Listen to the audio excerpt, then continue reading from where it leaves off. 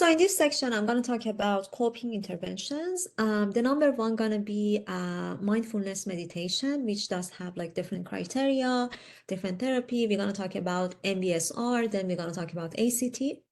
Then comes expressive writing, self-affirmation, relaxation training, and coping skills training.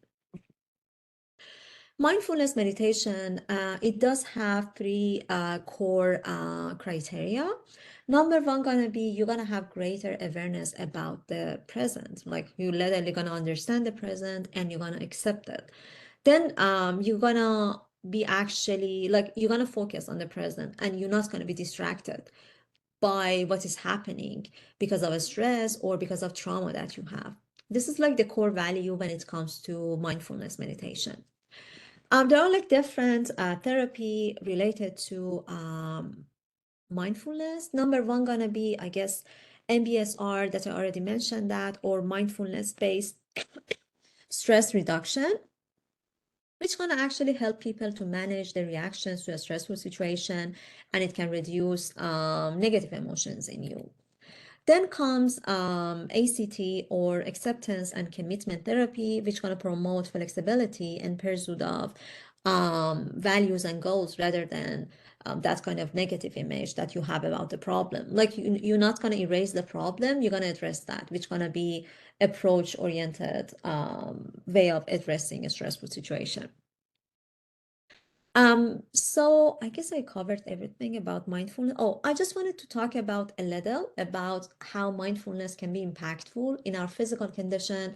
If you would just check your book, it does have so many examples of how just simple mindfulness practices can just impact like very like crazy chronic problems such as like higher blood pressure or like higher level of cortisol and all that. So just doing mindfulness techniques can just help us a lot to just have a better physical condition, especially for women who are suffering from breast cancer.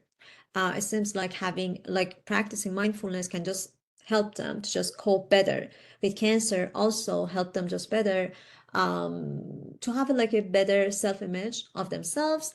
Another point about mindfulness, it can help us, it can help our brain to understand the stressful situation better. For example, like your prefrontal lobe, we talked about that part in chapter 2, is responsible for perceiving a stressful situation or any sort of emotion, like negative emotion. When you are doing mindfulness, it's gonna impact positively that part of the brain. So basically, you're gonna have like less negative feeling about the stressful event. So mindfulness is just very important. Expressive writing is also important. So basically, you're gonna journal all of your deep thoughts and feeling about a traumatic or stressful event, and just talking about those events or writing them down can just help you a lot to release that sort of negative energy, also not inhibit or not keep that sort of thoughts for yourself. It actually showed like crazy positive impact, like psychologically and physiologically. It seems like even like your wound gonna heal better whenever you are doing like expressive writing. Um, this gonna be exactly your quiz question. So keep that in your mind whenever, for example, you're gonna have a stressful situation. If you would just do like journaling, if you would just write down um, those kind of negative feeling, you're gonna get a better physical condition, your mental health is gonna improve, and in general, it's gonna help you in different ways positively.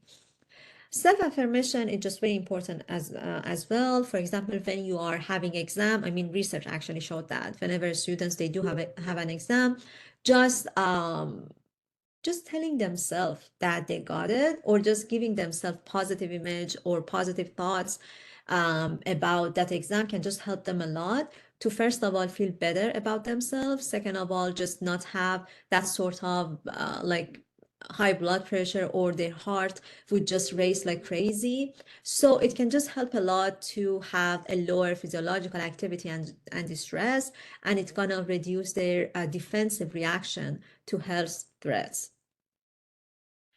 Relaxation training is very important. We already talked a lot about yoga. I guess Andrew, your peer, he gonna do free yoga and meditation for you all. They're gonna be a group chat, so just join that because like it's gonna help you a lot to manage stress. I guess it was like during pandemic that I picked up yoga. Just the best. I mean, I love that. Just the idea of being focused on something and not letting stress just go down inside me, it's just very good. It's like yoga itself can just help you a lot to just have, I mean, to just practice more relaxation techniques and having a better mental condition and self-image about yourself. There are like other techniques as well when it comes to relaxation. For example, deep breathing, muscle relaxation techniques, they are all important. Um, so there are going to be like different coping skill trainings, for example, at a school or a different community. Based on the community that we are studying, there are going to be like different coping skills. For example, just evaluating a stressful situation and trying to just find the best technique for that is just necessary when it comes to coping skill training. So we have to consider specific strategies when it comes to deal with those situations.